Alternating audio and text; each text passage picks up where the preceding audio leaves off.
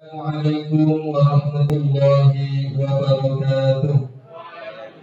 Bismillahirrahmanirrahim. Alhamdulillahirabbil alamin. Wassalatu wassalamu ala asyrofil anbiya'i wal mursalin. Amma ba'du. Pertama-tama yang saya hormati Bapak Kepala Sekolah SDN 3. Selanjutnya teman-teman guru SDN 3 yang saya hormati dan saya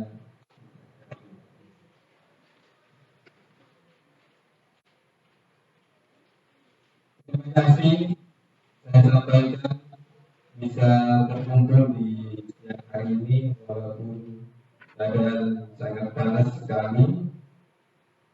Kalian pada hari ini adalah diseminasi nomor 1.4 budaya positif yang adalah salah satu tugas dari CGT untuk membudidayakan budaya positif di lingkungan kelas. Jadi acara pada siang hari ini adalah yang pertama pembukaan, yang kedua menarikan lagu dan yang ketiga sambutan dari Bapak Kepala Sekolah, yang keempat akan mengikuti presentasi diseminasi budaya positif di kelas dan di sekolah. Yang terakhir doa atau berdoa. Marilah kita buka acara siang hari ini dengan pembacaan Bismillahirrahmanirrahim. Semoga acara pada hari ini berjalan dengan lancar. Acara yang kedua yaitu melakukan Indonesia Raya di momen beserta untuk diri.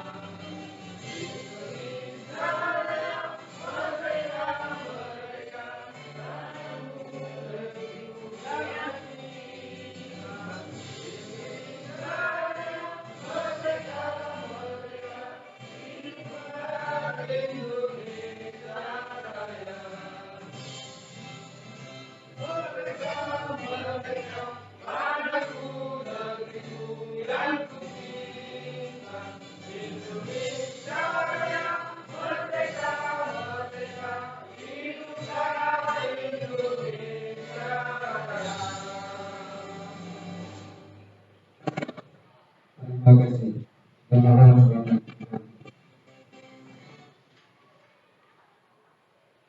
Kemudian saya yang ketiga yaitu sambutan dari Bapak Kepala Sekolah SDN 3 kepada beliau kami haturkan. Assalamualaikum warahmatullahi wabarakatuh. Bismillahirrahmanirrahim. Alhamdulillahirabbil alamin. Wassalatu wassalamu ala asyrofil anbiya'i wal mursalin.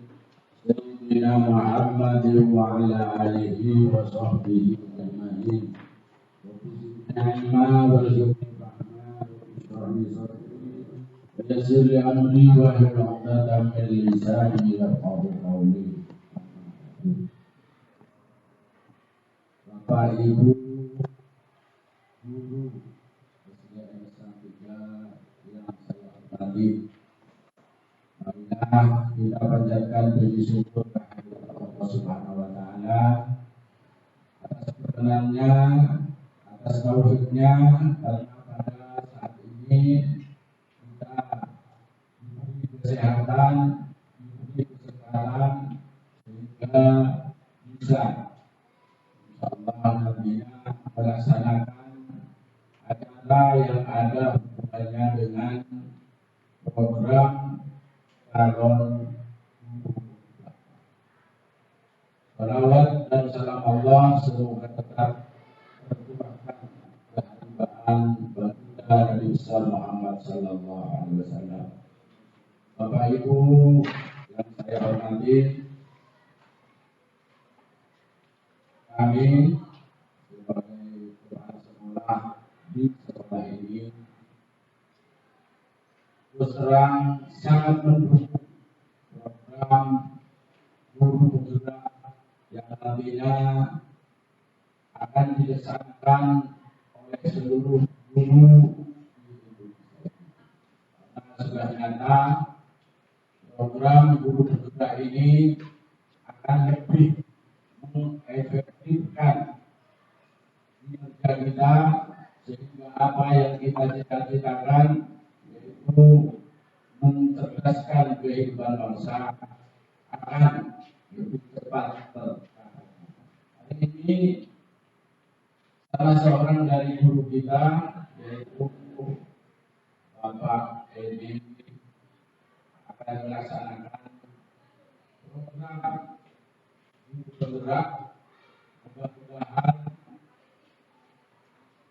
berjalan sukses dan bermanfaat khususnya bagi anak didik kita. Karena sampai di sini apa yang saya sampaikan, mudah-mudahan besar manfaatnya dan akhirnya kita akhiri. Assalamualaikum warahmatullahi wabarakatuh.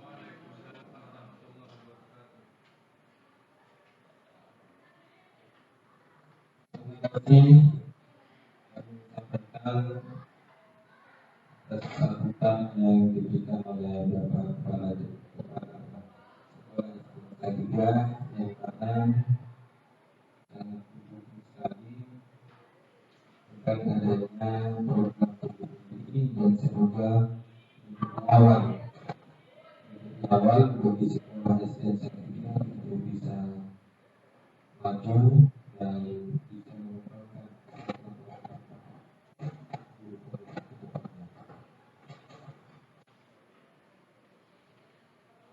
acara yang selanjutnya yaitu acara inti yang akan disampaikan oleh saya sendiri.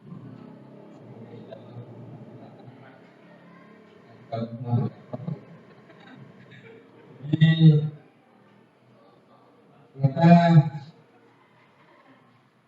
dalam set ini saya akan diskriminasi dengan satu perintah yaitu budaya positif. Tapi sebelum kita masuk ke materi, karena cuacanya sangat panas sekali dan sudah siang agak ngantuk, kita eksplisit dulu. Jadi yang agak ngantuk kita eksplisit dulu. Jadi saya mencoba konsentrasi teman-teman. Mereka saya coba konsentrasinya dengan cara ini. Kalau saya bilang pagi, tentunya sekali. Kalau siang, 2 kali. Kalau malam, tidak boleh tutup.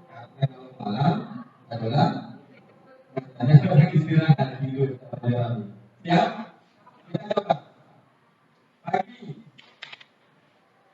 siang, pagi, siang, siang, pagi, malam.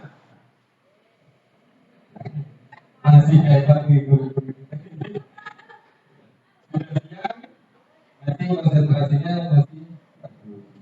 Jadi kita masuk ke materi, teman-teman.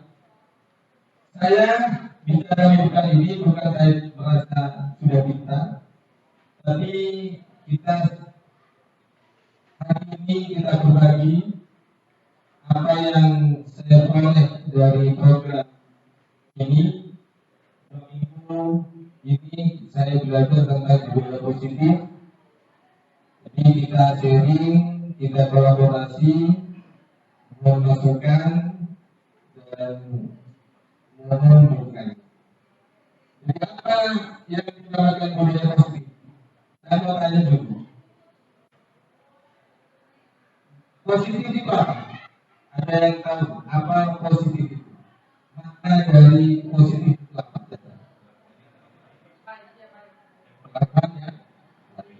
Apa lagi? Tanggung jawab, disiplin, kita adalah budaya positif.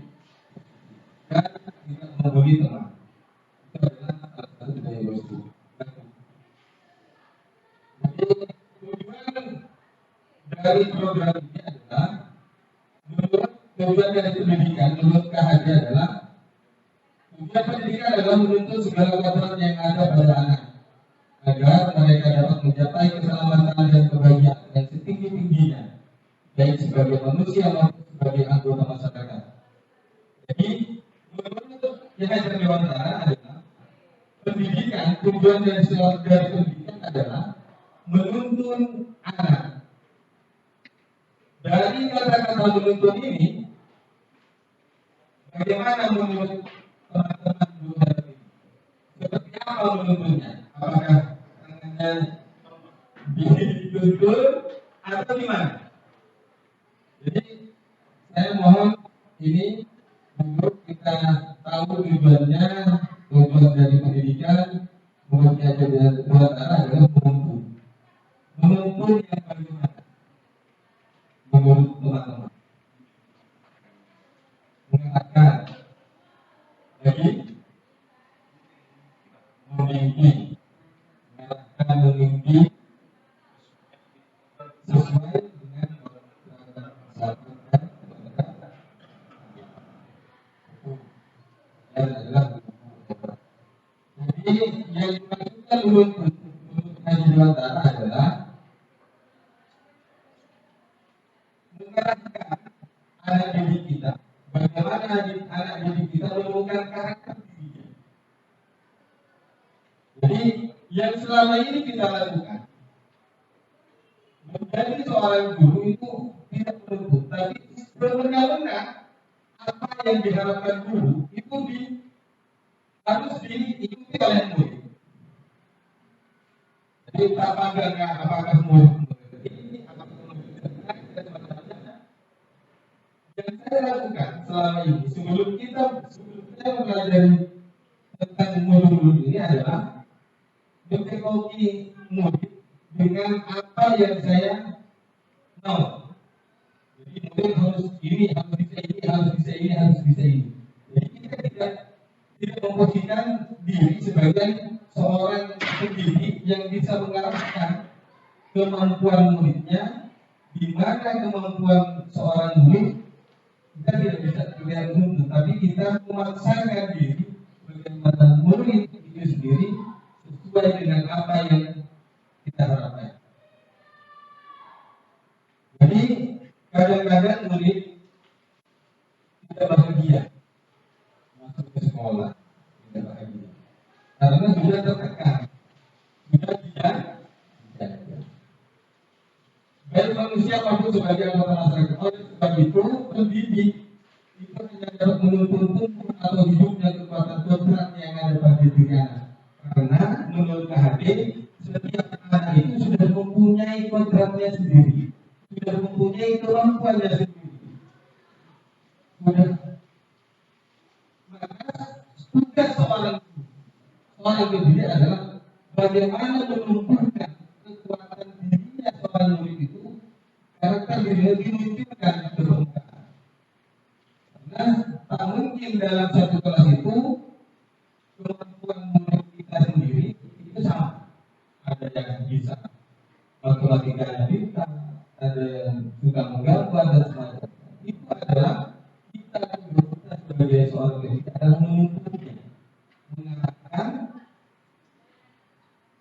karena dia bersaudara, seorang murid itu seperti lukisan yang sama. Maka kita seorang pendidik adalah bagaimana lukisan-lukisan yang sama itu kita bisa menuntut untuk bisa diterangkan sebagai karakter diri seorang memperbaiki tingkah lakunya, dasarnya hidup dan tumbuh kekuatan kebersamaan itu sendiri. Jadi apa yang saya katakan adalah yang sama kita sebagai seorang pendidik adalah bagaimana menjelaskan gambar-gambar itu supaya lebih tampak di permukaan. Selanjutnya budaya positif. Budaya positif di sekolah yaitu nilai dan kebiasaan di sekolah yang berpihak pada murid agar mereka dapat berkembang menjadi pribadi yang efektif, bermanfaat dan bertanggung jawab sesuai dengan profil pelajar Pancasila. Ada pertanyaan, budaya positif dengan peraturan sekolah apa bedanya?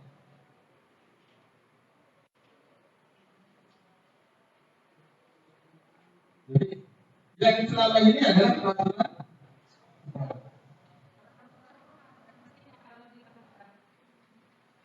Kalau peraturan sekolah ada sanksinya kalau melanggar.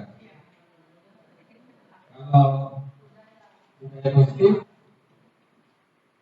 tidak. Nah, gini teman-teman. Jadi hanya perbedaan angka. Misalnya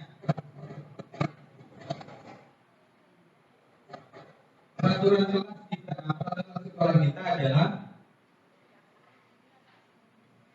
masuk jam 7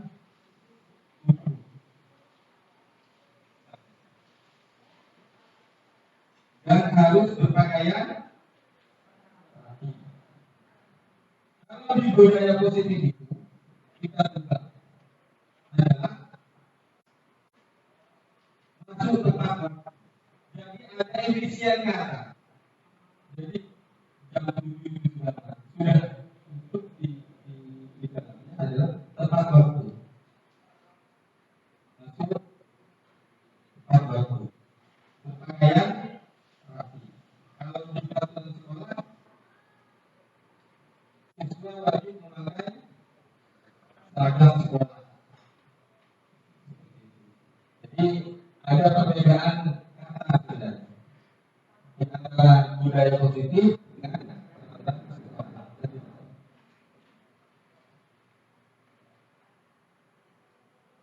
Konsep utama budaya positif yang pertama adalah perubahan paradigma belajar. Yang kedua adalah disiplin positif. Yang ketiga adalah kebutuhan dasar manusia. Yang keempat, motivasi perilaku manusia. Yang kelima, restitusi posisi kontrol guru. Dan yang keenam, keyakinan kelas. Dan yang terakhir adalah segitiga. Jadi itu adalah perubahan yang akan kita bahas pada siang hari ini. Siap?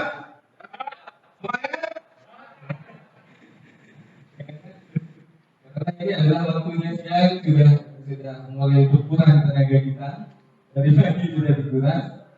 Lanjutlah. Dari apa yang dinamakan perubahan paradigma belajar? Paradigma belajar adalah dalam membangun budaya positif di sekolah dapat menyediakan lingkungan yang positif, aman dan nyaman agar siswa mampu berpikir, bertindak dan mencipta dengan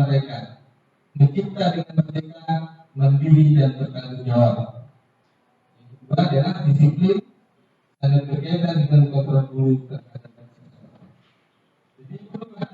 kita belajar.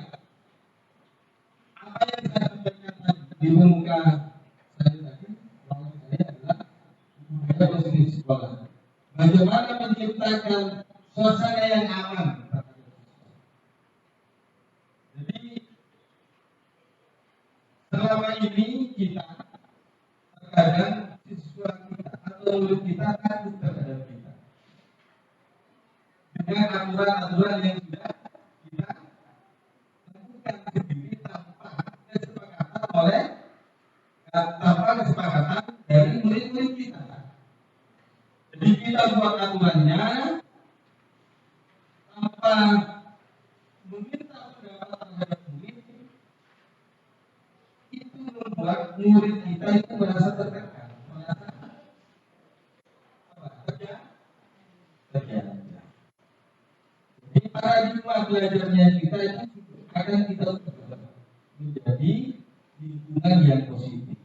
Bagaimana menciptakan rasa aman terhadap murid-murid kita, agar murid-murid kita bisa berpikir, bertindak dan mencipta dengan merdeka dan bisa bertanggung jawab. Jadi teman-teman, menurut kalian, bagaimana caranya menciptakan suasana yang aman dan nyaman bagi murid-murid kita yang kalian rasakan pada selama ini kita lakukan? Menurut teman-teman gimana? Sebenarnya murid-murid kita merasa nyaman, aman, datang ke sekolah, enjoy, tidak tertekan terhadap undang-undang yang sudah ada di sekolah kita. Dengan cara apa? Memberikan rasa aman dan nyaman terhadap murid-murid kita. Menurut kalian gimana?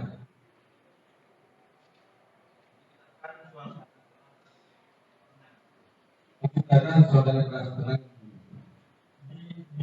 di kelas masing-masing. Baik, hebat. Terus ada lagi?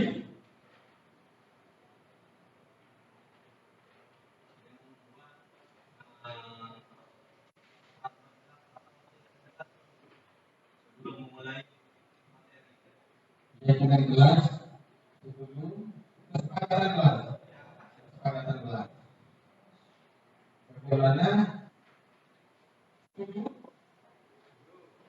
kita belajar, sebelum kita memulai pembelajaran kelas, kita harus menanyakan dulu terhadap murid-murid kita apa yang dimau oleh kita. Pembelajaran seperti apa?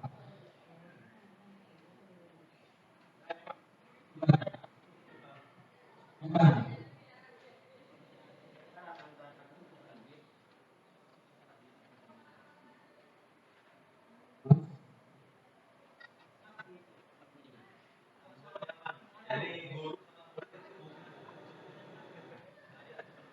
Memposisikan seorang guru bukan sudah jadi seorang guru yang kita kerjakan, jadi memposisikan diri sebagai teman, sahabat, agar mereka merasa nyaman. Gimana? Pandangan.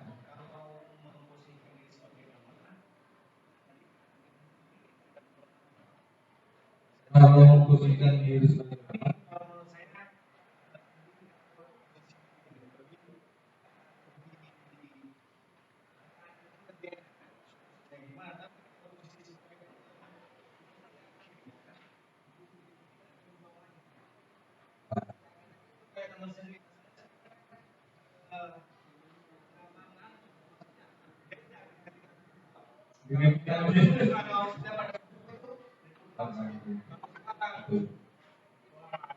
halo.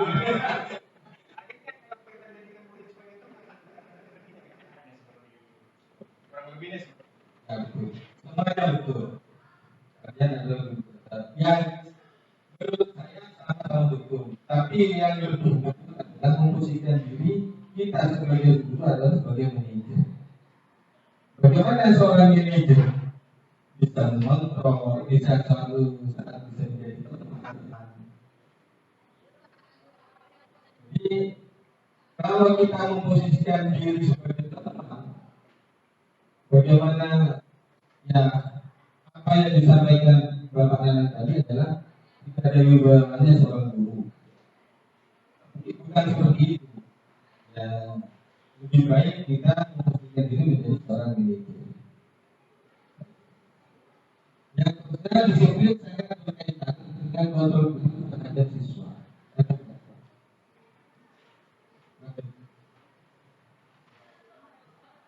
Jadi kita masuk pada kasus karena ini sudah mulai tahun kita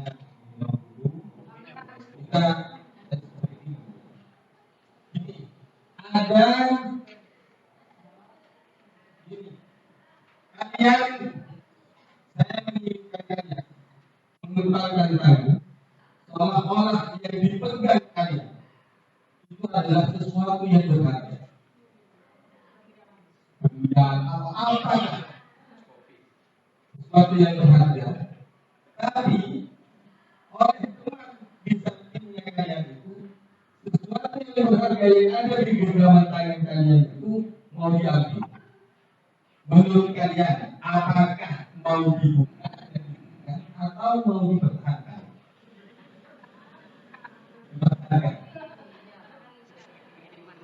Sesuai dengan kebutuhan. Kalau misalnya butuhnya mau diberikan, diberikan.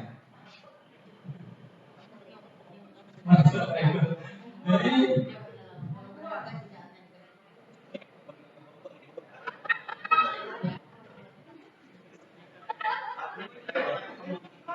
walaupun misalnya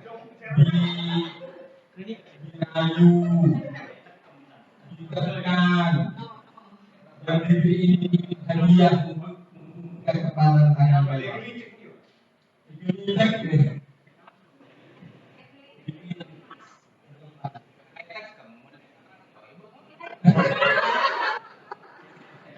Itu yang lain.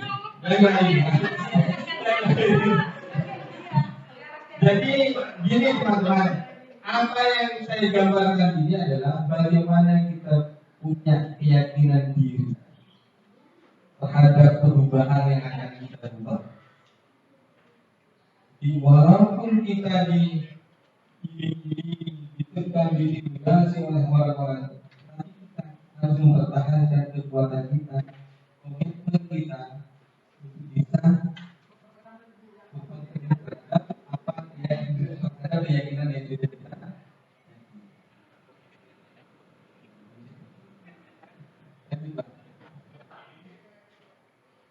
Perubahan paradigma belajar, perubahan paradigma teori kontrol induksi kontrol menurut Dr. William Glasser. Induksi guru mengontrol murid.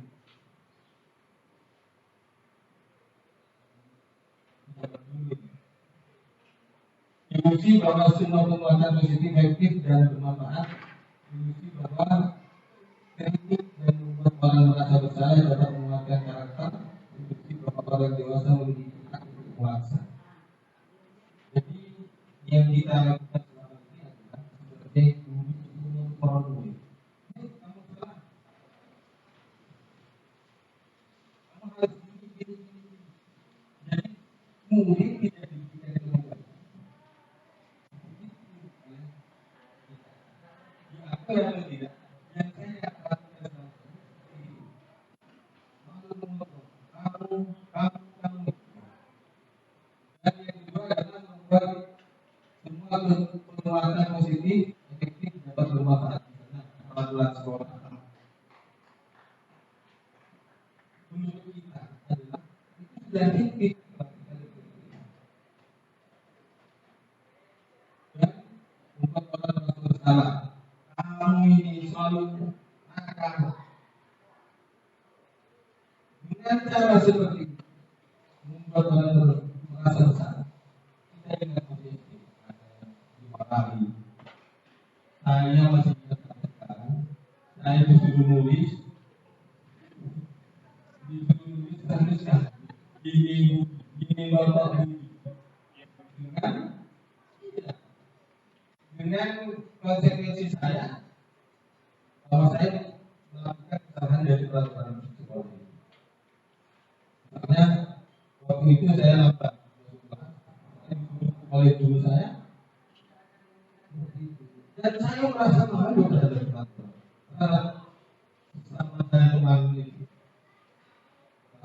Jadi di era sekarang ini, di program Guru Merdeka ini adalah merasa bersalah dan bukan salah satu cara untuk menguatkan karakter anak.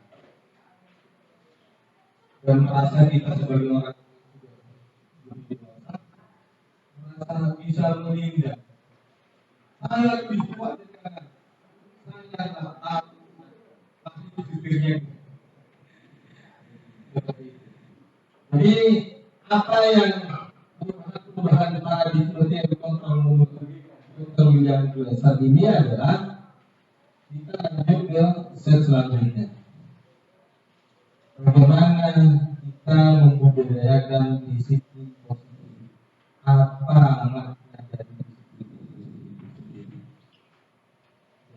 Jadi tadi kalian bapak-bapak guru mengatakan bahwa disiplin positif adalah hadir tepat waktu, berpakaian rapi, bertanggung jawab, apa lagi? Dan masih banyak yang gitu. Jadi makna dari disiplin positif lanjut adalah berasal dari bahasa Latin disiplina, yang artinya belajar. Yang dimaksudkan disiplin ini adalah kita belajar. Makna asal dari kata ini berkonotasi dengan disiplin dan murid menurut Sokrates dan Plato. Disiplin ini membuat orang menggali potensinya menurut sebuah tujuan apa yang dia hargai. Namun dalam budaya kita makna kata disiplin telah berubah menjadi sesuatu yang dilakukan seseorang pada orang lain untuk mendapatkan kepatuhan. Adalah menghubungkan kata disiplin dengan ketidaknyamanan, bukan dengan apa yang kita hargai atau pencapaian sesuatu atau dunia. Jadi ada perubahan paradigma. Kata disiplin sebenarnya adalah kata kuncinya adalah belajar. Tapi pada zaman-zaman ini kata disiplin itu membuat kita tidak nyaman. Kata-kata disiplin, kamu harus disiplin. Jangan bicara dengan keras. Kenapa tidak nyaman? Walaupun pada tujuannya adalah untuk mendisiplinkanmu. Tapi ada banyak cara sebenarnya. Karena dasar kata-kata disiplin itu adalah belajar. Banyak cara bukan harus seperti itu. Bagaimana murid bisa menghargai teman. Dengan cara apa? Cara tidak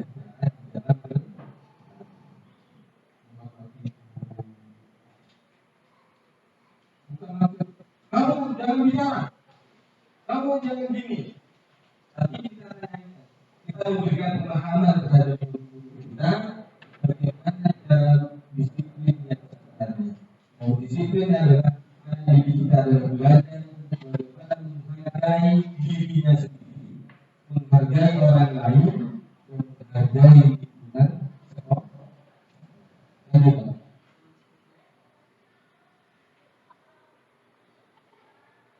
Disiplin adalah kemampuan memerintah diri sendiri dalam mengontrol dan menguasai diri untuk memilih tindakan yang mengabdi pada nilai-nilai yang kita hargai, dengan penuh tanggung jawab tanpa terperintah orang lain.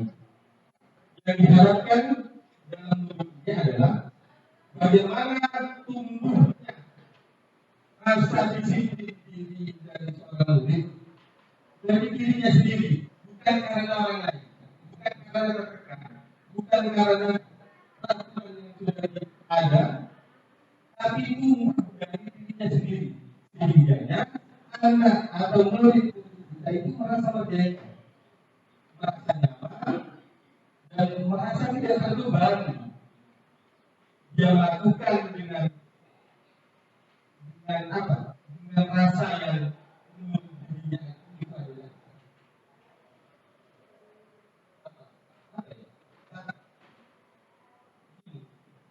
tidak apa ya? Jadi melakukan sesuatu itu bukan karena paksaan, tapi sesuai dengan keinginannya diri sendiri. Jadi bukan tidak, bukan caranya kita bekerja sama. Yang kedua adalah nilai yang kita hargai adalah nilai kebajikan sifat positif manusia yang merupakan tujuan mulia yang ingin dicapai setiap individu, yaitu nilai-nilai dalam profil Pancasila. Profil Pancasila apa saja yang kalian tahu? Mengenal kritis, apa lagi? Budiman dan bertakwa, menolong, kreatif. Berkebinekaan itu adalah profil Pancasila, nilai-nilai profil Pancasila yang harus kita hargai. Jadi seorang murid itu punya itu di beratnya di dirinya murid itu ada. Tapi bagaimana kita menumbuhkan rasa ini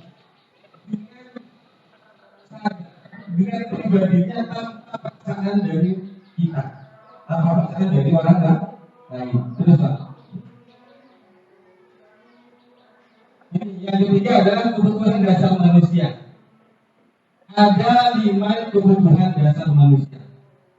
Yang pertama adalah survival. Apa survival? Rasa nyaman.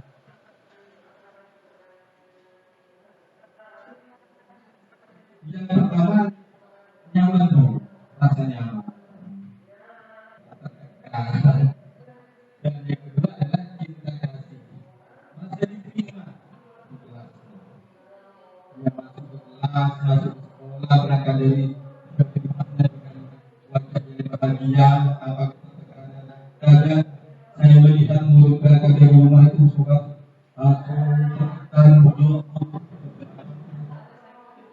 tapi saya menginginkan murid kita itu berangkat dari rumah dengan yang gembira bahwa saya masuk, saya ke sekolah ingin belajar, ingin menambah ilmu, ingin menambah pengetahuan, bukan karena paksaan yang selama ini ada. Murid kita masuk ke sekolah karena bukan inisiatif dirinya. Ada di rumah, ini spasial, dan mau masuk, peraturan di sekolah.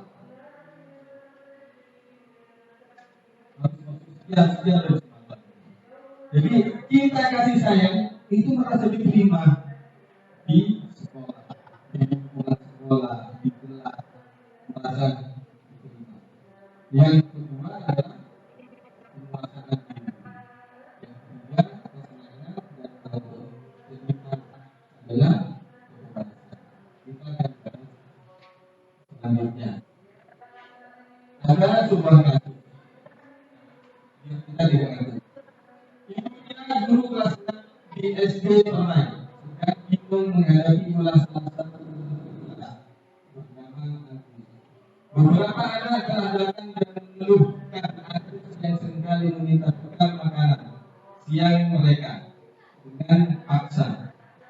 Jika Anda menghadapi situasi seperti ini, apa yang akan Anda lakukan? Menurut Anda, kira-kira apa alasan Agus melakukan hal itu? Menurut Bapak Ibu hebat, ketika ada seorang anak yang bernama Agus selalu mengganggu temannya, apa yang akan Ibu Bapak lakukan?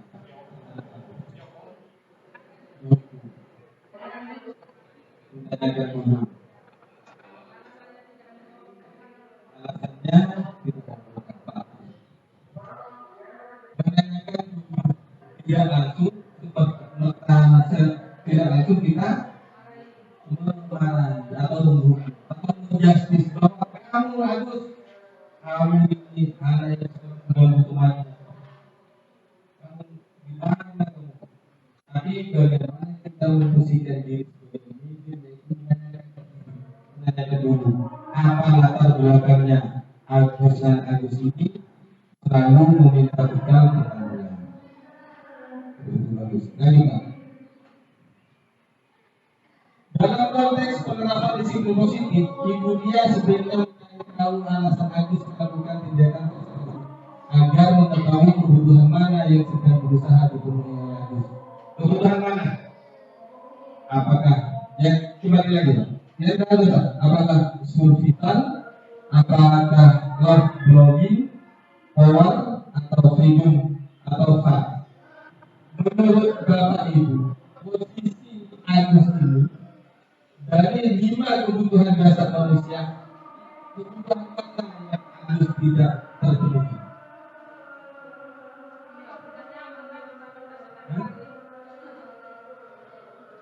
Ayo, menurut Bapak Ibu, kebutuhan dasar mana?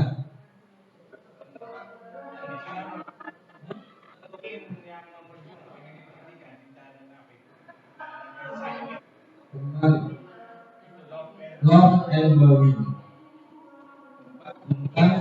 Ingin diperhatikan. Satu, apa lagi?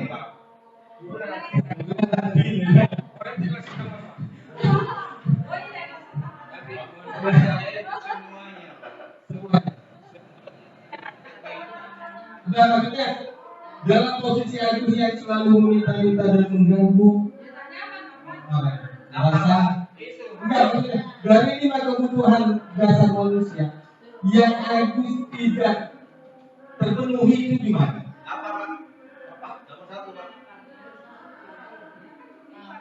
Gimana? Apakah love blogging, apakah power, freedom,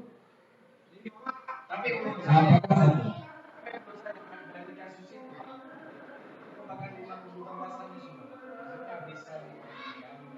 Bukan diperhatikan.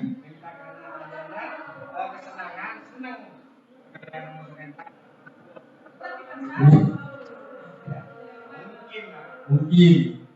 Jadi semuanya memang sebenarnya masuk dalam kasus Agus ini. Yang pertama mungkin Agus merasa lapar karena misalnya tidak membawakan bekal ke sekolah. Jadi kebutuhan dasarnya yaitu survival, kebutuhan bertahan hidup. Lapar, kok lapar. Saya kalau lapar, awalnya. Jadi itu kemungkinan itu. Terkadang bukan karena tidak dibawakan bekal Agus itu, tapi karena ingin diperhatikan oleh temannya, oleh guru,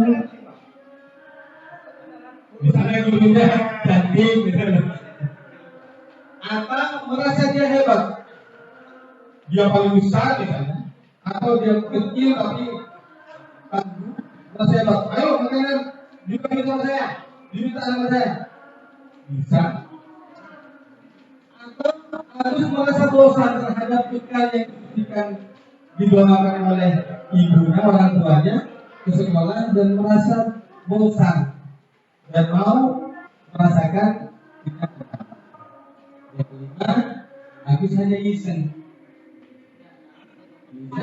dan dia masih baca temannya. Itu mengalihkan dana, bikin takut dan sebagainya. Tapi kalau SD di sini tidak ada kelas 5, tapi terkadang ada yang meminta ketika temannya beli minta, padahal dia sudah punya satu sendiri, punya uang sendiri.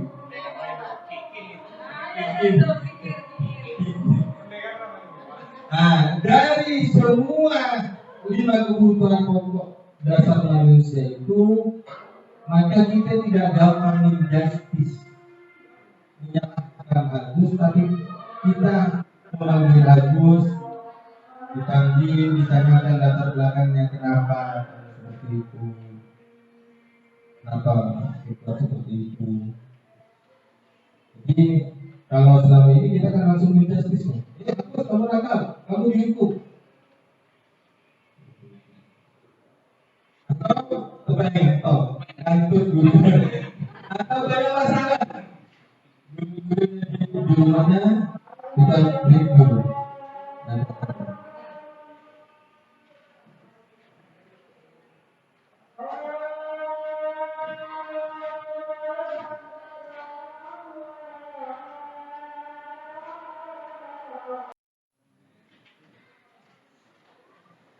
Jadi kita lanjutkan. Kita lanjutkan lagi. Jadi itu adalah lima pokok kebutuhan manusia. Kalau salah satu tidak terpenuhi, maka kita merasa tidak.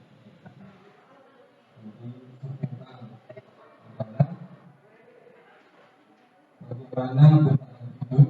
Yang kedua, dicintai atau dicintai. Yang ketiga adalah kuat kekuatan. Yang keempat, hukum kebebasan. Yang kelima adalah hukuman dan sanksi atau konsekuensi. Ini adalah contoh hukuman, sanksi atau konsekuensi. Kita kurang menguasai pelajaran matematika, sehingga pada saat pelajaran tersebut berlangsung, dia lebih banyak berdiam diri atau menggambar di buku pelajarannya. Pada saat guru matematikanya, Pak Seno menanyakan pertanyaan, kita menjadi gugup dan tak sengaja menjatuhkan tasnya dari kursi. Serta tiba-tiba menjadi gagap pada saat berupaya menjawab. Kelas pun tertawa melihat perilaku Ipa yang berbicara tergagap-gagap dan terkejut tersebut. Pak Seno pada saat itu membiarkan teman-teman Ipa untuk menertawakan Ipa.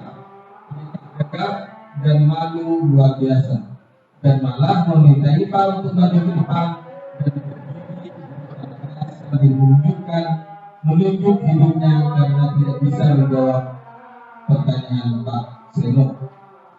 Kelas semakin gaduh dan anak-anak pun tertawa. Terlihat Ipa di depan kelas memegang hidungnya. Pertanyaan, apakah Anda setuju dengan tindakan Pak Seno terhadap Ipa? Tidak. Mengapa? Mengapa? Maksudnya dengan situasi seperti itu yang dilakukan Pak Seno menurut ibumu tidak setuju terhadap apa yang dilakukan Pak Seno. Karena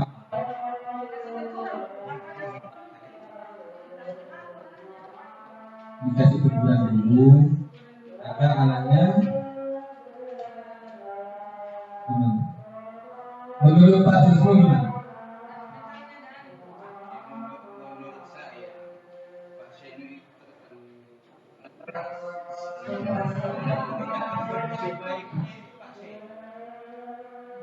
Anak yang kurang mampu itu, anak yang diperhatikan lebih daripada teman-teman yang lain. Setelah itu mengerti,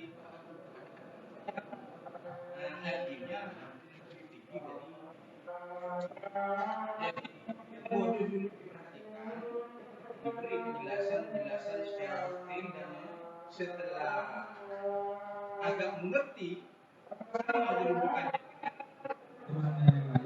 teman-temannya yang lain, baru dia diteruskan. Menurut yang lain, Ibu Riz, gimana? Apa yang dilakukan Pak Seno terhadap Ipa? Setuju atau tidak? Tidak. Mengapa? Mengapa?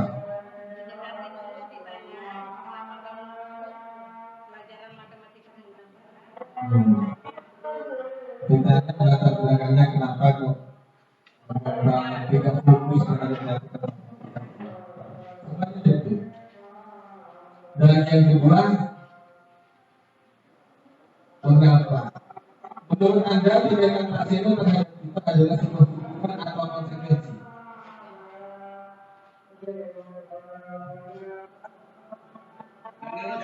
Bu Alda gimana?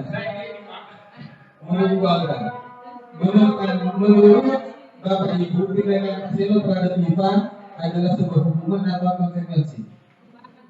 Hukuman. Mengapa?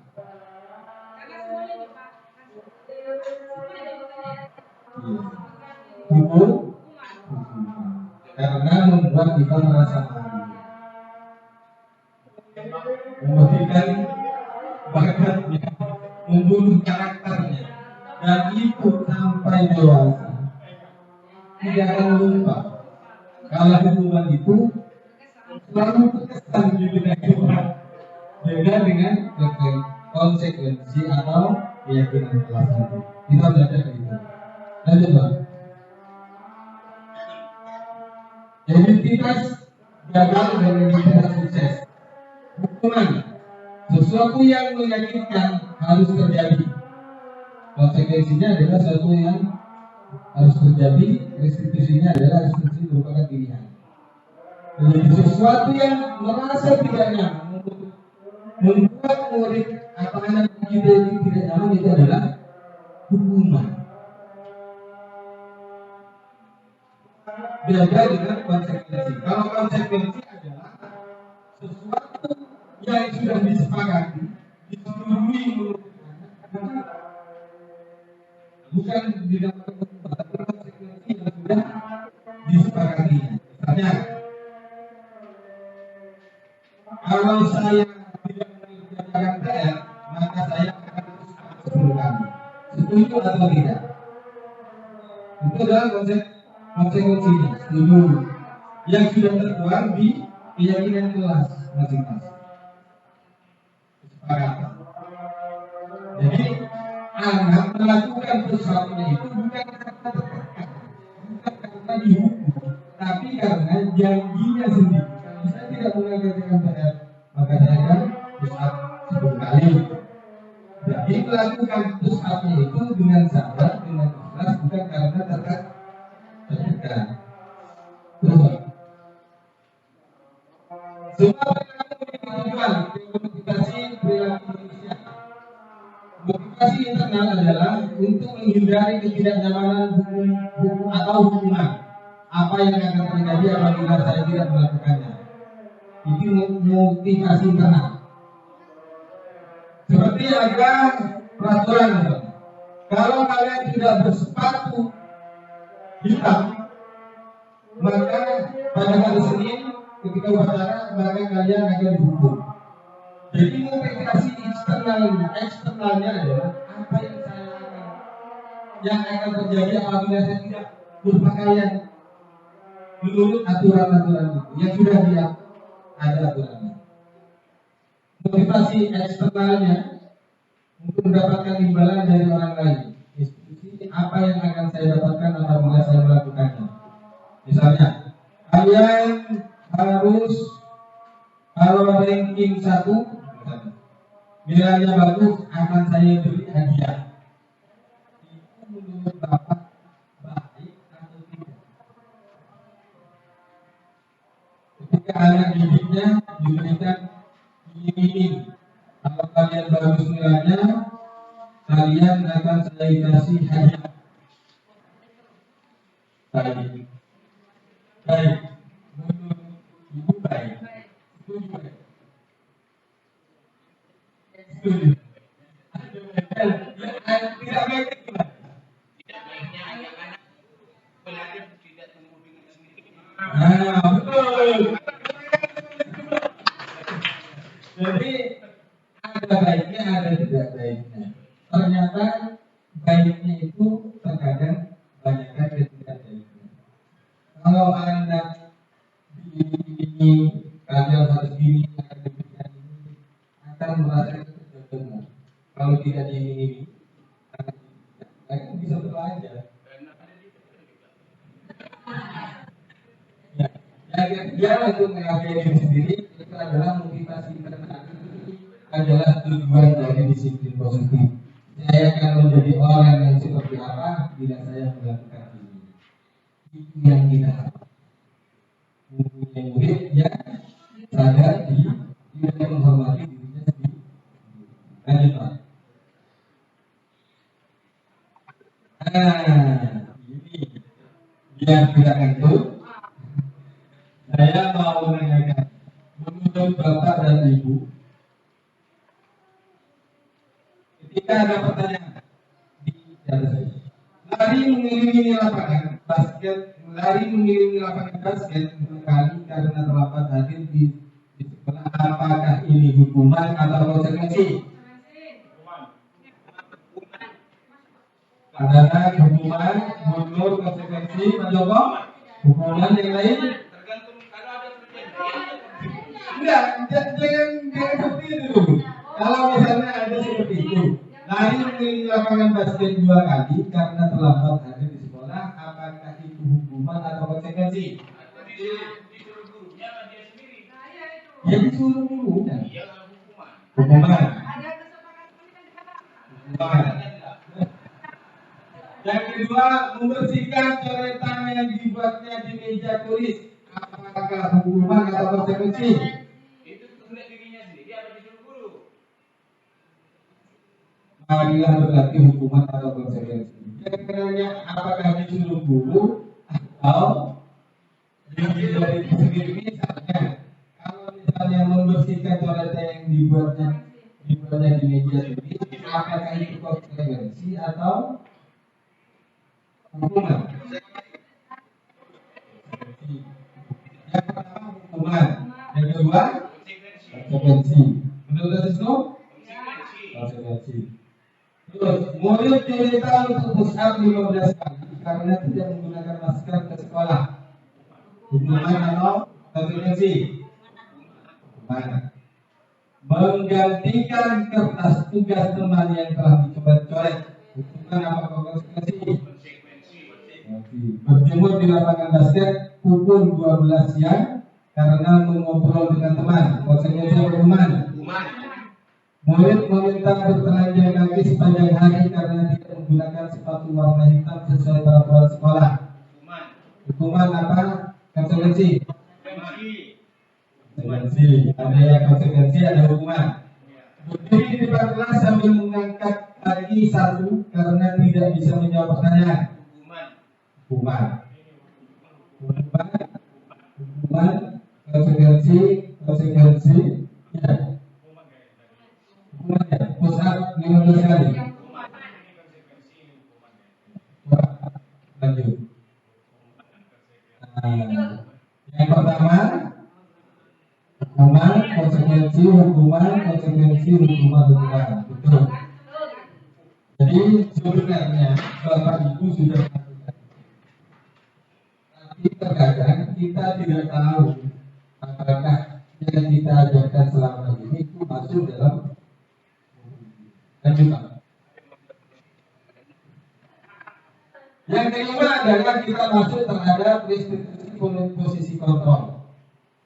Lanjut ke video itu. Jadi tunggu.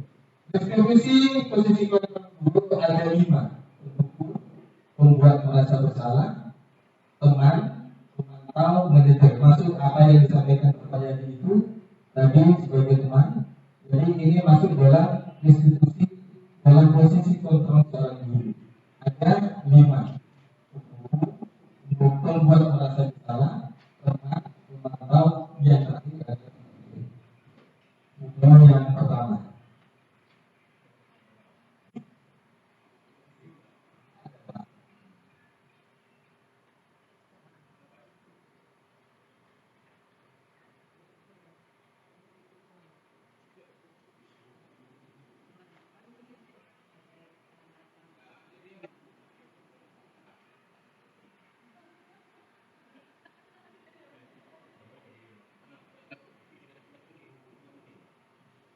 Speaking dulu.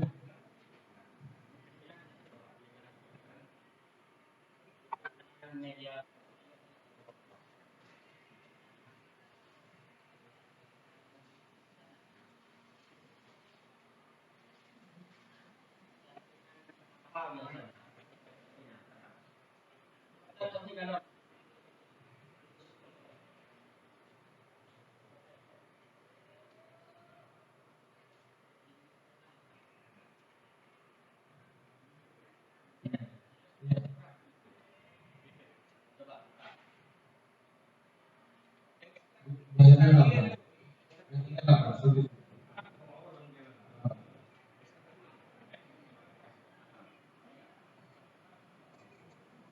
Coba cermati dan dapati.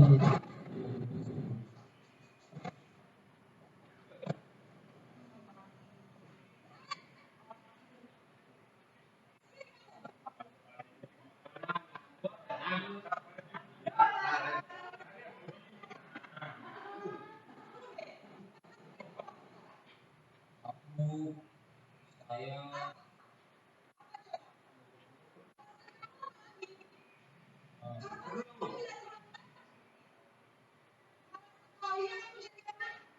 saya,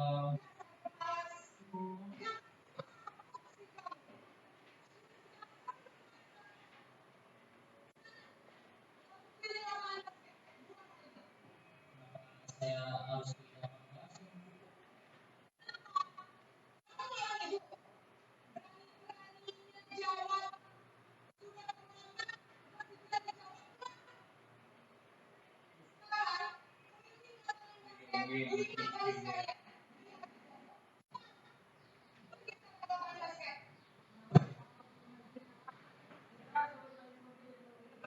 ini adalah bagaimana seorang guru menjadi seorang berada di posisi penghukum. Kalau guru di posisi penghukum biasanya suaranya intonasinya itu keras. Itu adalah posisi penghukum. Karena gimana gimana?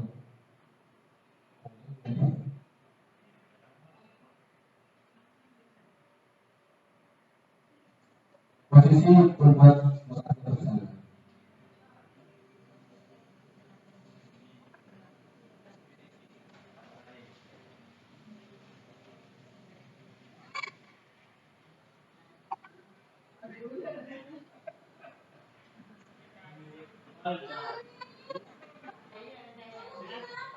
Iya, intonasinya lebih lembut.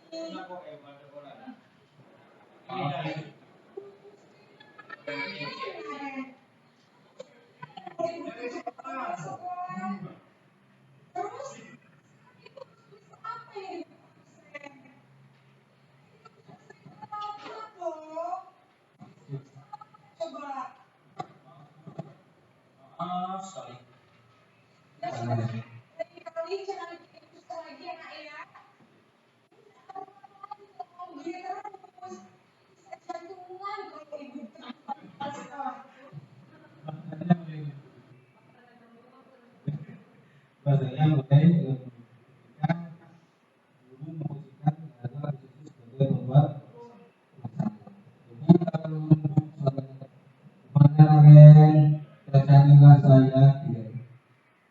Nah, kan dimarahin di kepala sekolah. Jadi itu membuat murid merasa besar.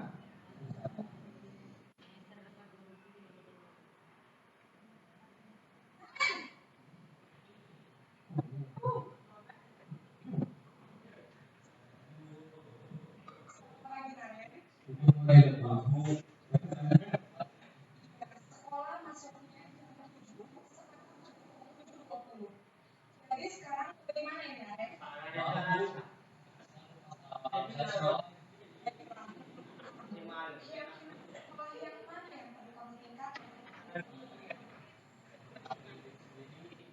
Dan guru juga orang lain mungkin ya Bu.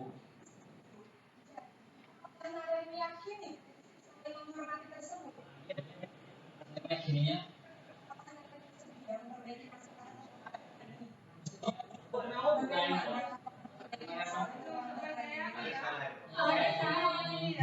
sebagai ini ini.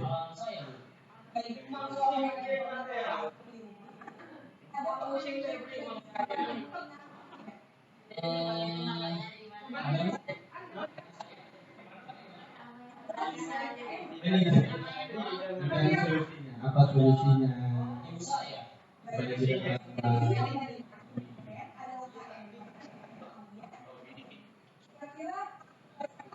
Kira-kira itu pas mulai sekolah. Jadi Naren akan setel alarm untuk besok pagi dan akan diingatkan oleh kakak dan Naren ya. Ada lagi yang perlu dilakukan Naren? Selamat bangun lagi. Terima kasih untuk udah balik ke kelas untuk belajar.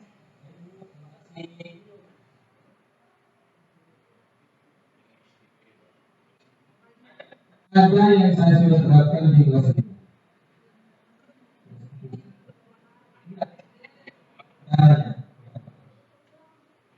Jadi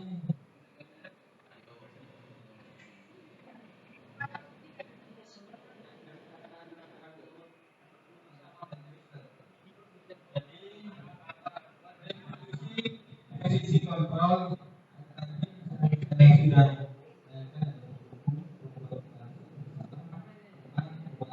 atau manajer itu masuk di video yang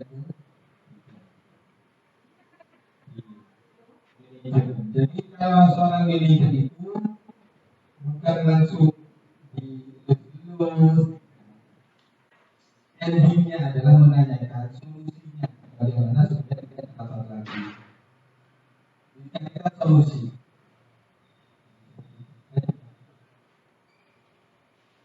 Posisi kontrol dulu pernyataan siapa yang mengatakan, misalnya saya kecewa sekali dengan kamu, itu adalah membuat merasa bersalah. Jadi mulai merasa bersalah. Apa yang dikatakan itu tadi, saya kecewa sekali sama kamu, Naren. Kamu selalu lambat. Dan yang ketika bahasa kamu tidak pernah benar melakukannya, itu adalah bahasa berhukum. Anda lakukan demi teman. Apakah kamu mau mendapatkan stiker bintang hari ini? Mantap. Berikan semangat. Bagaimana kamu bisa menyelesaikan masalah ini? Adalah ini. Kamu selalu yang paling terakhir adalah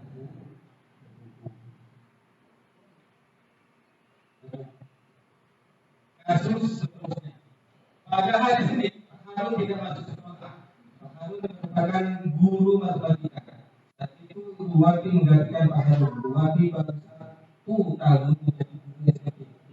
Beberapa murid perempuan tinggi dan kembali mengetahui hal ini dan mulai menggunakan kesempatan dan bersikap seenaknya, tertawa dan tidak mengiyakan kehadiran Buwati.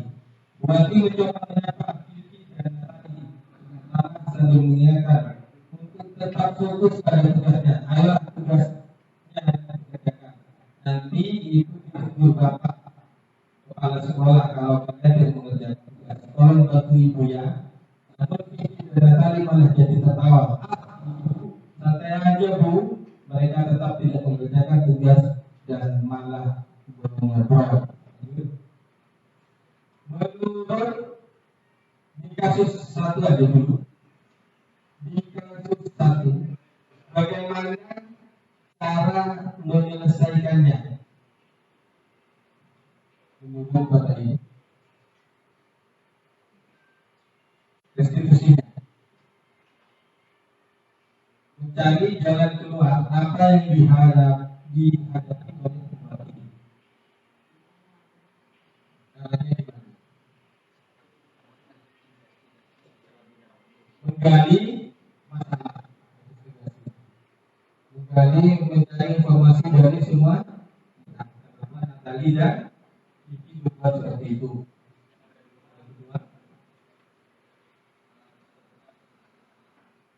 Menentukan masalahnya apa. Bukan menunjukkan data terlambat.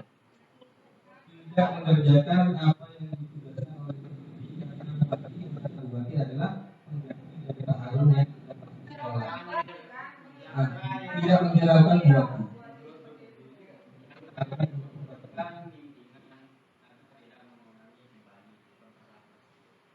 lakukan bukunya agar tidak mengurangi beban. Bagus. Tapi harus ditambah. Yang lain,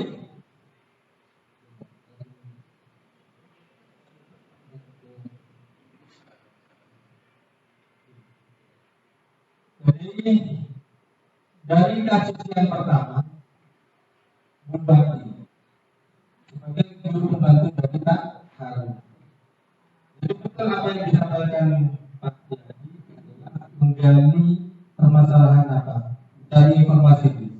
Kenapa visi dan Natali berbuat seperti itu? Tidak mengindahkan karena Bupati itu kan bukan guru sebenarnya, tapi guru pembantu karena Pak Seno, Pak Harun tidak masuk pada hari. Jadi digali dan dipanggillah ini dan katanya. Seperti apa yang saya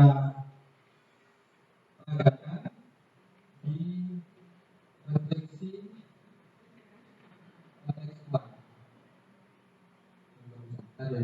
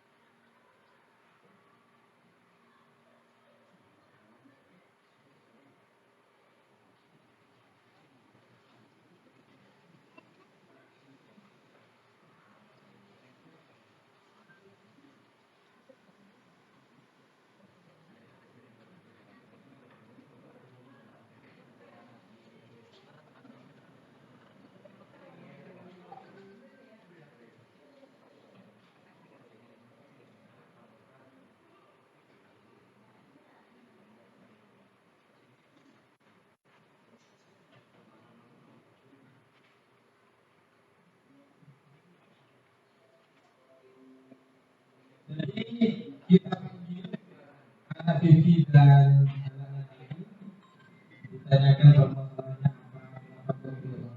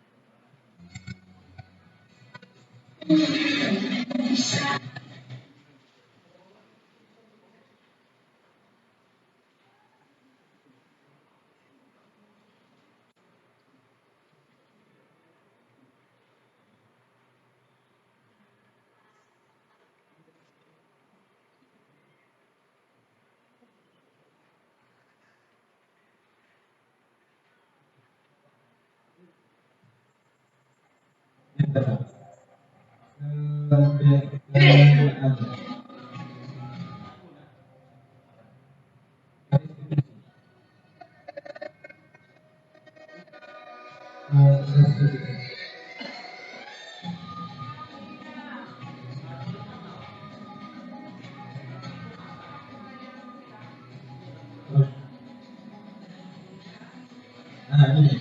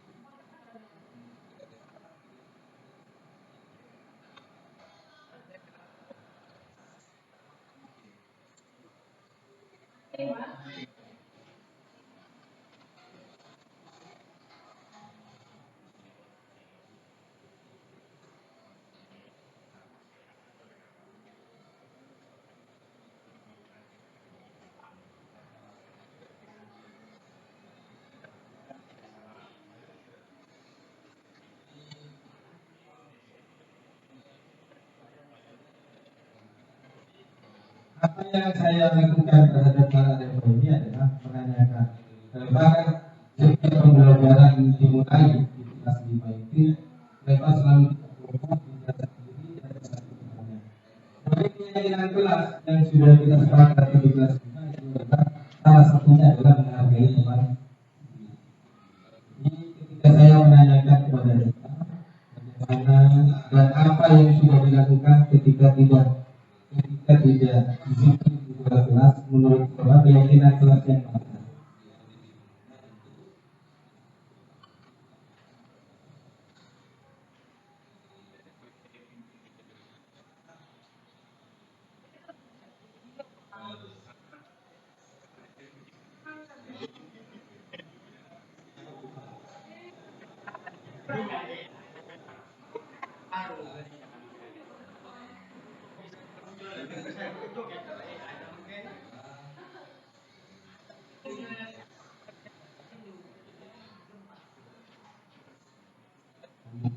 Jadi melihat kasus yang saya tampilkan tadi, memanggil kedua anak itu menanyakan keyakinan mana yang tidak dianggap, keyakinan yang mana, dan mau berubah keyakinannya, apakah mau berubah atau tidak.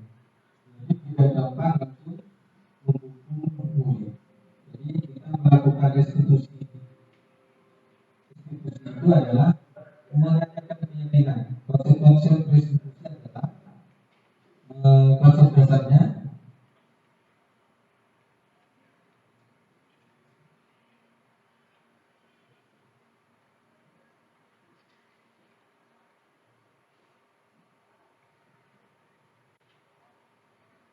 jadi restitusi itu adalah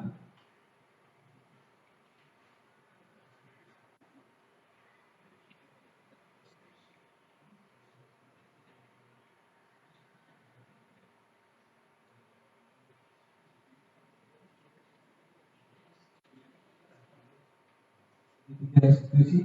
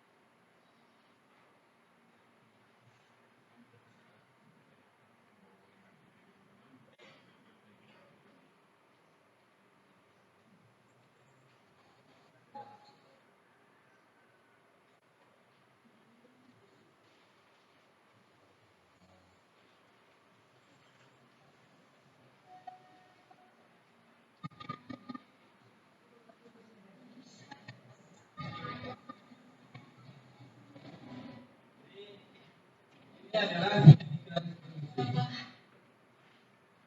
segitiga restitusi. Apa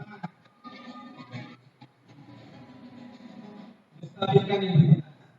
Jadi menstabilkan identitas setiap orang pasti melakukan kesalahan. Jadi ditanyakan dulu persoalannya apa, maka distabilkan. Ya bukan cuma Reva yang membuat Bapak, semua teman-teman itu mempunyai pernah melakukan kesalahan. Tapi ketika dari kesalahannya menurut Reva apa yang masuk dia validasi tindakan yang salah apa, menurut bicara apa ketika pada menurut Reva itu salah atau tidak? Salah. Kalau sebuah itu merasa salah, maka lanjut ke keyakinan kelas. Keyakinan kelas yang mana? Yang sudah kita sepakati misalnya adalah keyakinan kelas tentang saling menghargai atau saling menghormati. Dan kita dengar solusinya. Yang terakhir adalah kamu ingin menjadi orang seperti apa? Solusinya seperti apa? atau tidak rapi lagi di dalam kelas. Itu cara penanganan anak yang melakukan kesalahan dengan cara segitiga restitusi. Ini adalah segitiga restitusi. Jadi keyakinan kelas. Sekarang saya mau tanya sebelum ke 6. Di restitusi segitiga restitusi apakah ada yang mau ditanya? Restitusi adalah menstabilkan identitas, validasi tindakan yang salah, menanyakan keyakinan. Dari restitusi, menurut ada yang tidak dimengerti di restitusi. Yang pertama, menstabilkan. Yang menstabilkan identitas seperti ini. Setiap orang pasti melakukan kesalahan. Kamu bukan satu-satunya orang yang melakukan kesalahan. Jadi penguatan diri supaya anak tidak minder dan supaya anak tidak kendor merasa bersalah dan dok. Saya dipanggil ke sekolah, saya dipanggil ke kantor, mau diadili atau mau dihukum dan sebagainya. Tapi tidak. Distabilkan dulu. Anak murid itu distabilkan dulu. Wah, ditanyakan apa kesalahannya. Misalnya, seperti saya ke Reva tadi. Reva tahu nggak? Reva dipanggil ke ruang guru. Apa kesalahannya? Tidak tahu, Pak. Saya tidak tahu. Kesalahan Reva adalah bicara ketika pembelajaran dimulai di dalam kelas. Tapi menurut Reva, tidak kan menurut Reva atau tidak? Ya salah, Pak. Kalau sudah merasa bersalah, maka distabilkan. Jadi bagaimana Reva yang melakukan kesalahan? Semua orang pernah melakukan kesalahan. Maka distabilkan dulu, jiwanya distabilkan dulu supaya tidak minder. Baru ke validasi tindakan yang salah. Disuruh cari sendiri solusinya anak itu. Bukan kita yang mencari solusinya, tapi anak yang melakukan kesalahan mencari solusinya, jalan keluar dari masalah yang dihadapi. Dan lagi, langsung ke yang keyakinan kelas. Yang keenam, keyakinan kelas. Keyakinan kelas adalah nilai-nilai kebajikan yang prinsip-prinsip universal yang disepakati bersama secara universal. Lepas dari perbedaan agama, suku, negara, dan bahasa. Menurut Gerson 1998 yang lalu, suatu keyakinan akan lebih memotivasi seseorang dari dalam dirinya, intrinsiknya. Seseorang akan lebih bersemangat untuk menjalankan keyakinannya daripada hanya sekedar peraturan.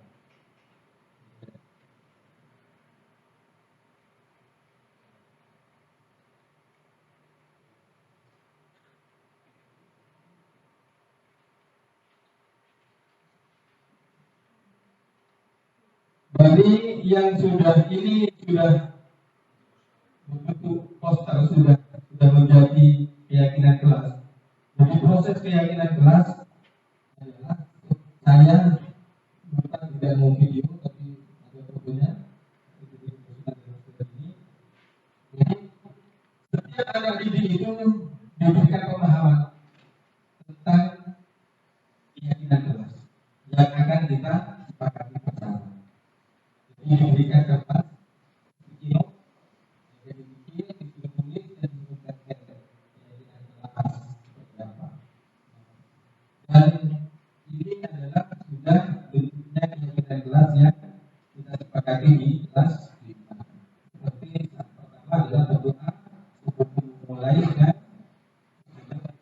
belajar. Yang kedua, menjaga etika sopan dan santun, membuat sampah pada tempatnya, saling menghargai kelas, menjaga berjelas. Itu adalah kesepakatan yang kita sepakati di kelas 5.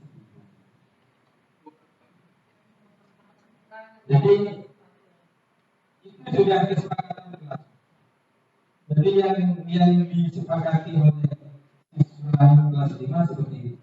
Keyakinan kelas 5.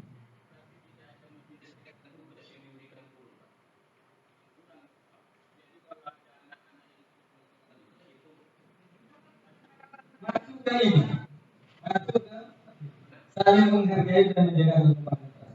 Artinya, ketika guru memberikan soal, itu harus diselesaikan. Ketika diselesaikan berarti sudah menghargai guru, menghargai teman-teman yang sudah menyelesaikan.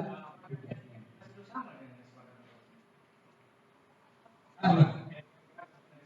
Kesepakatan kelas dengan keyakinan kelas itu berbeda.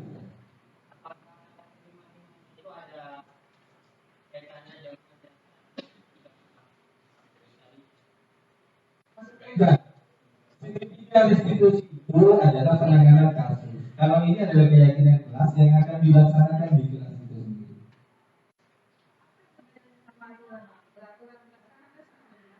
Peraturan beda dari bahasanya beda.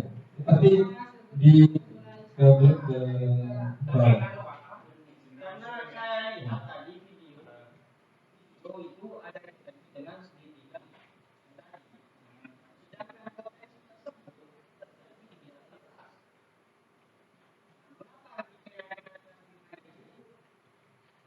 Lima itu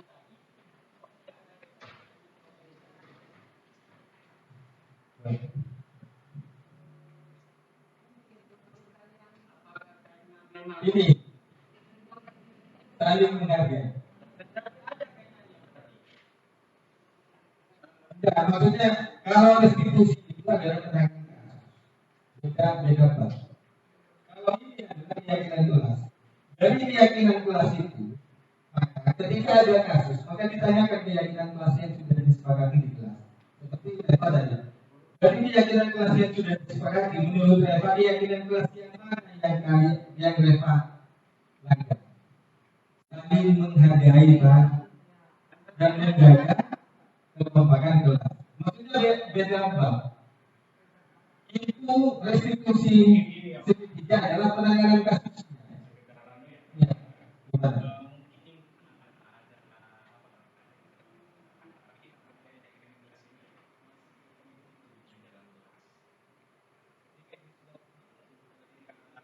di segitiga institusi Ya. Ya, memang ada keterkaitan antara keyakinan kelas dan restitusi. Jadi restitusi itu bisa dilaksanakan ketika sudah keyakinan kelas sudah ada. Nah, makanya kalau misalkan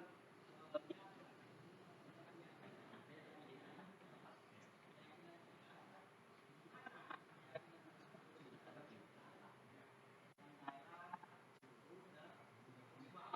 ini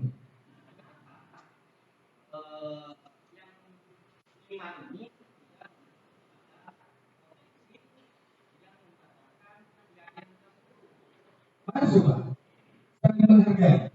Jaga kekompakan kelas. Kan saya bilang tadi ada kaitannya dengan restitusi. Ya, restitusi. Jadi ini saling menghargai dan menjaga kekompakan kelas. Ketika apa yang dilakukan oleh Reva kita sendiri ketika pelajaran dimulai itu sudah melanggar keyakinan kelas. Jadi penanganannya di restitusi segitiga. Nanya ke keyakinannya. Ada katanya cuma ini lain apa? Kalau keterkaitannya dari pertama dari satu sampai 7 semuanya ada keterkaitan. Proses apa? Kontrol, penghukum, membuat merasa bersalah, semua dan manajer itu semuanya ada keterkaitannya. Ini masuk ke fase yang keenam yaitu adalah keyakinan kelas. Yang tadi adalah restitusi.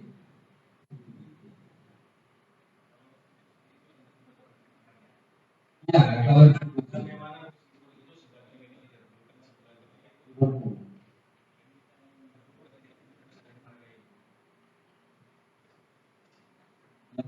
ditanyakan. Yang dilanggar Reva kesepakatan kelas yang mana? Saling menghormati. Tapi Reva tidak menghormati atau tidak menghargai teman kelasnya. Bicara sendiri, tidak kadang menghargai gurunya, tidak menghargai temannya yang penyebabnya apa? Tidak saling menghargai antara. Bicara sendiri. Jadi cara penanganannya ketika ada anak seperti itu bukan langsung dijudge, kamu salah. Dan guru yang memberikan solusinya, kamu harus seperti ini.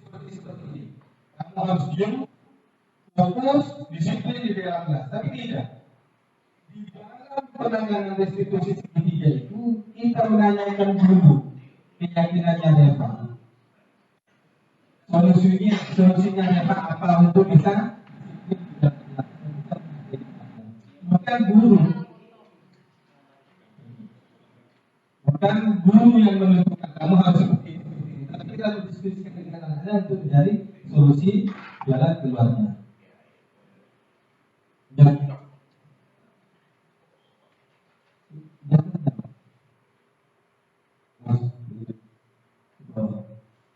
Jadi peraturan kelas menjadi keyakinan kita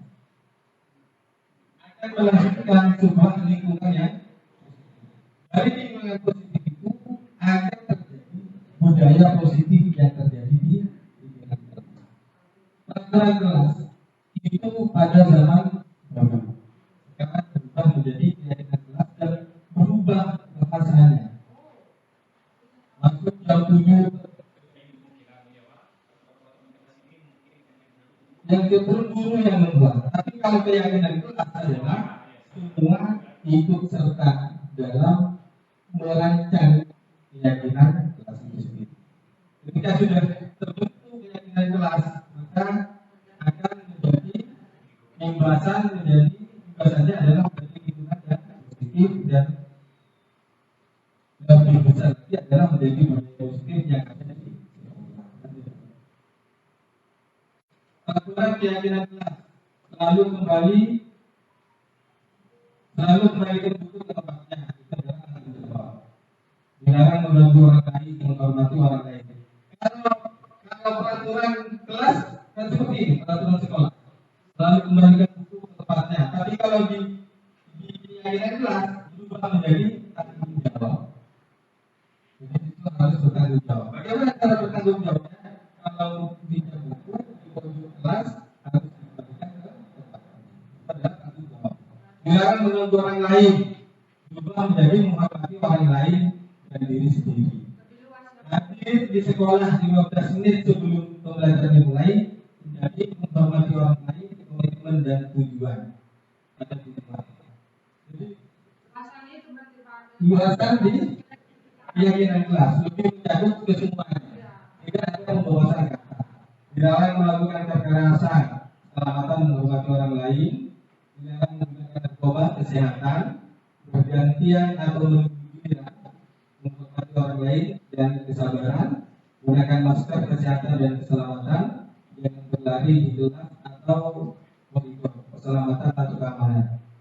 Ada satu kasus, misalnya ada disuruh pakai helm kalau naik sepeda motor. Itu masuk yang mana? Apakah keselamatan atau menghormati orang lain? Atau menghormati orang lain? Atau keselamatan dan keamanan? Yang mana? Masuk yang mana? Keselamatan atau menghormati orang lain? Atau keselamatan dan keamanan? Keselamatan dan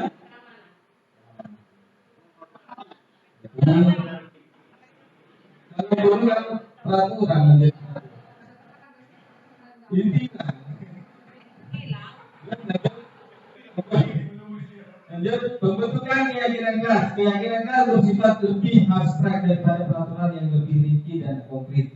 Keyakinan kelas berupa pernyataan universal. Pernyataan keyakinan kelas dibuat dalam bentuk positif Keyakinan kelas hendaknya tidak terlalu banyak sehingga mudah diingat dan dipahami. Memperaturan kelas dan bukunya. Kalau keyakinan kelas paling relevan sudah mencakup ke semuanya. Paling lima sudah mencakup ke semuanya. Semua warga kelas ikut berkontribusi dalam pembuatannya. Bukan langsung diciptakan oleh seorang, tapi semua warga kelas, murid yang ada di kelasnya ikut serta memberikan kontribusi sumbangsi terdapat keyakinan kelas. Dokumentasi sosial keyakinan kelas sudah. Menceritakan proses kondisi murid untuk memperbaiki kesalahan mereka sehingga mereka bisa kembali pada kelompok mereka dengan karakter yang lebih kuat. Melalui restitusi, guru dapat membantu murid menjadi lebih memiliki tujuan disiplin positif serta memulihkan dirinya setelah berbuat salah, membantu murid untuk jujur pada diri sendiri dan mengevaluasi dampak dari kesalahan yang dilakukan, memberikan pengawasan bukan paksaan. Jadi seperti itu penanganan restitusi segitiga. Jadi membantu murid menjadi memiliki tujuan disiplin positif serta memulihkan dirinya setelah berbuat salah. Membantu murid untuk jujur pada diri sendiri yang mengakui kesalahannya dan mengevaluasi dampak dari kesalahan yang dilakukan dan memberikan penawaran bukan paksaan. Jangan dipaksa murid. Penawaran bagaimana dalam itu juga.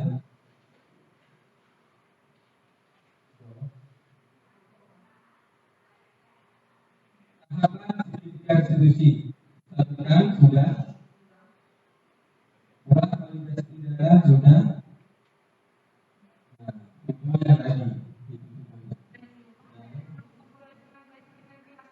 dalam kelas.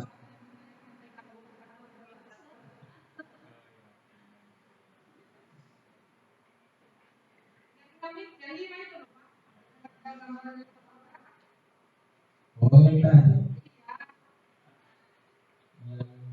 menghormati tidak.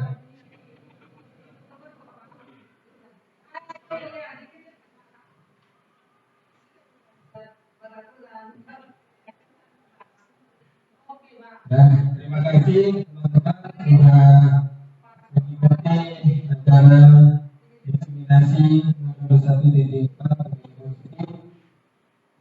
walaupun dalam keadaan yang panas kita harus semangat. Semangat. Jadi marilah kita tutup pada pertemuan hari ini dengan pembacaan doa yang akan dipimpin oleh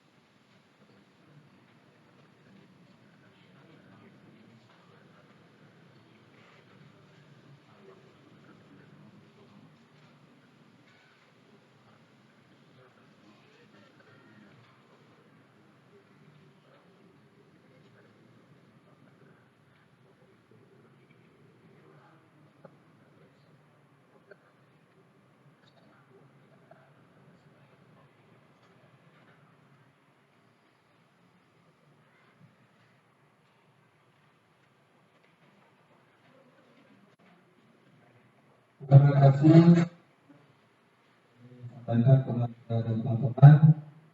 Jadi saya berharap ke depannya kita bisa berkolaborasi, bisa kompak untuk menentukan kelanjutan hasil kerja ini. Jadi saya bukan orang yang sempurna, tapi tanpa kalian semua saya tidak akan tanpa ada dorongan dari kalian saya tidak akan bisa berdiskusi dengan teman. Saya mohon kedepannya adalah kita harus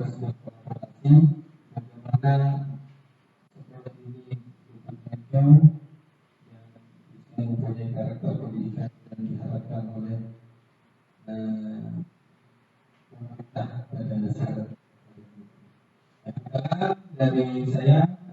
Mohon maaf apabila ada kekurangan. Wallahu